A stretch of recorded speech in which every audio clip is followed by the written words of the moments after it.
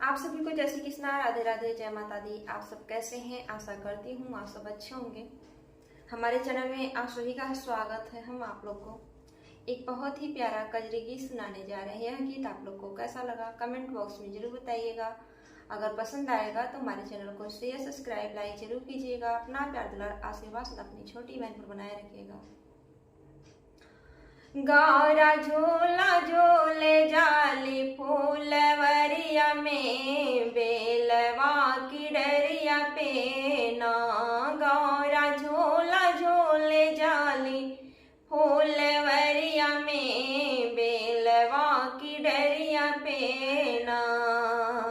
रेशम डोरिया लगवले चंदन पीढ़ई गढ़ोली, रेशम डोरिया लगौली चंदन पीढ़ई गढ़ौली। गौरा झूला झूले ओढ़ी चुनरिया धान के, बेलवा के डारी पे ना।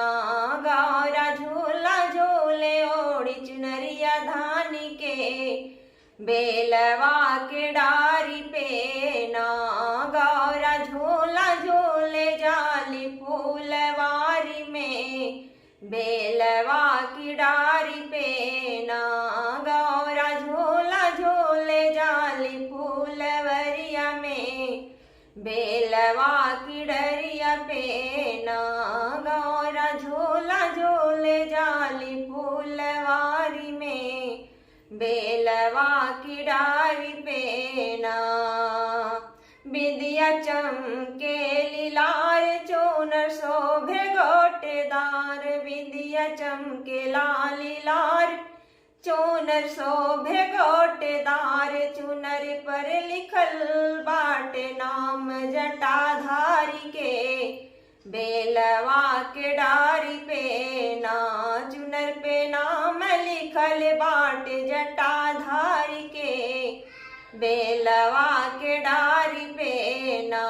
गौरा झोला झूले जाली फूलवरिया में, बेलवा की डरिया पे ना।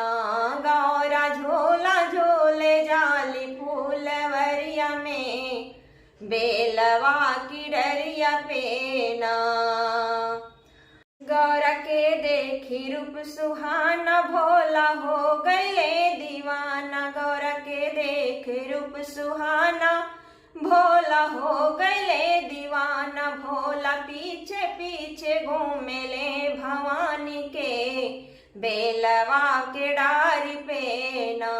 भोला पीछे पीछे घूमे ले भवानी के, बेलवा के डारी पे ना।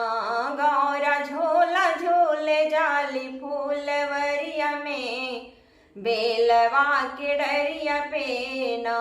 गौरा झोला झूले जाली फूलवरिया पे, बेलवा के डरिया पे ना।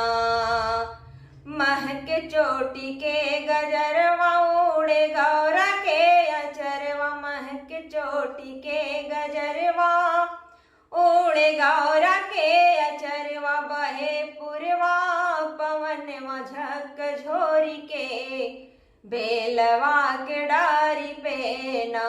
बहे पुरवा पवन झक झोरी के, बेलवा के डारी पे ना। गौरा झोला झूले जाली फूलवारी में, बेलवा के डारी पे ना।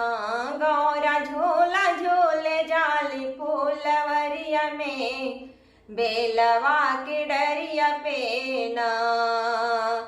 झूला झूला में भोले दानी झूले गौरा महारानी। झूला झूला में भोले दानी झूले गौरा महारानी। गोदिया लिहल झूले चार भुजाधारी के, बेलवा के डारी पे ना।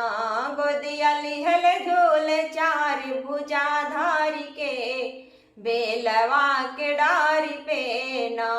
गौरा झोला झूले जाली फूलवरिया में, बेलवा की डरिया में ना।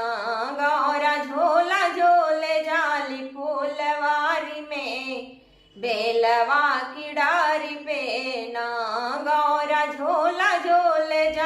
फूलवारी में बेलवा की डारी बेना। हमारा यह छोटा सा कजरी गीत आप लोग को कैसा लगा कमेंट बॉक्स में जरूर बताइएगा। फिर मिलेंगे अगले वीडियो में अगले गीत के साथ। तब तक के लिए जय श्री कृष्णा, राधे राधे, जय माता दी।